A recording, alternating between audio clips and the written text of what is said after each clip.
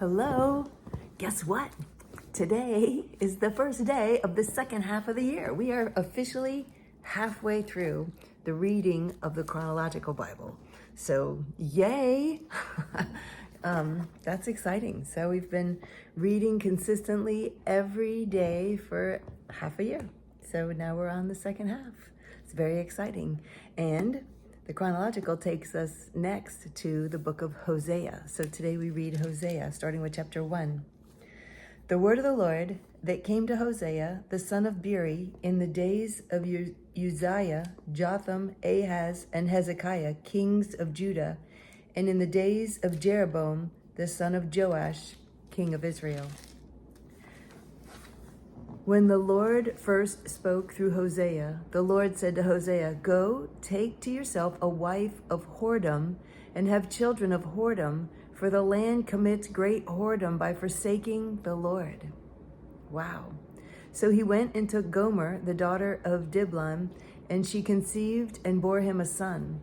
And the Lord said to him, "Call his name Jezreel, for in just a little while I will punish the house of Jehu for the blood of Jezreel, and I will put an end to the kingdom of the house of Israel, and on that day I will break the bow of Israel in the valley of Jezreel." She conceived again and bore a daughter.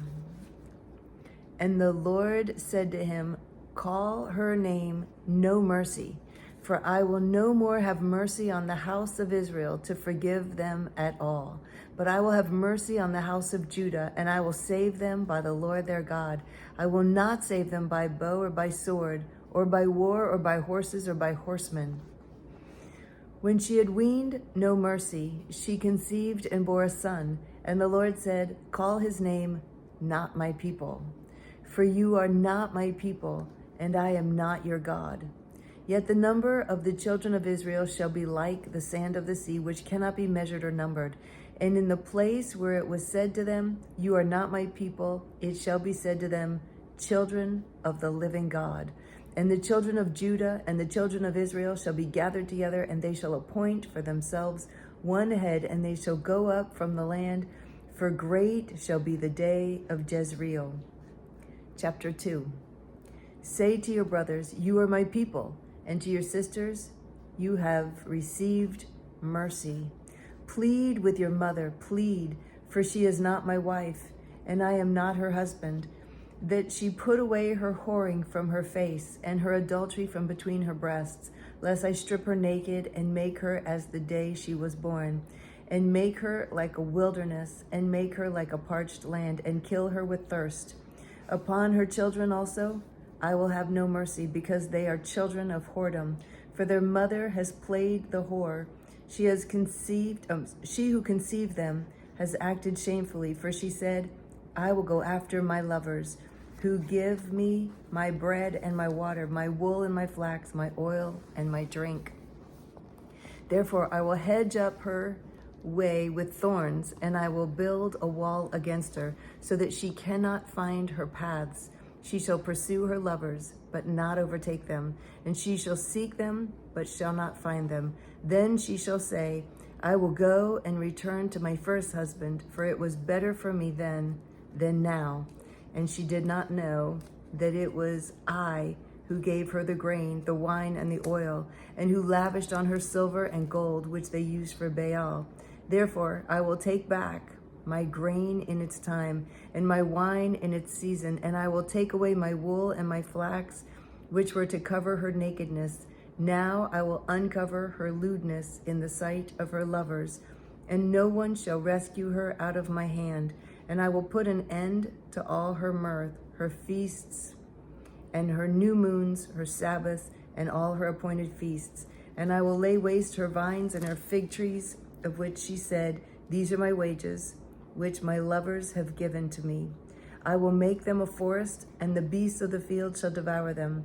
And I will punish her for the feast days of the Baals, when she burned offerings to them, and adorned herself with her ring and jewelry, and went after her lovers, and forgot me, declares the Lord. Therefore, behold, I will allure her, and bring her into the wilderness, and speak tenderly to her.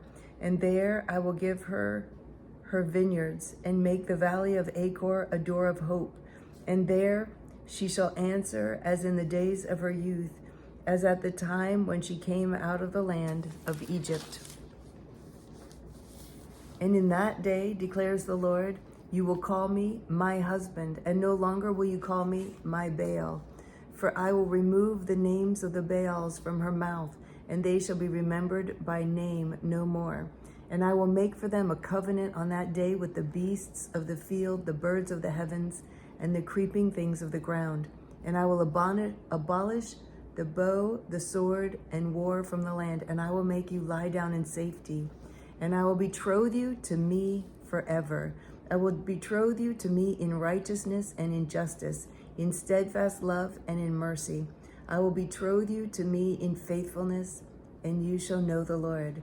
And in that day I will answer, declares the Lord.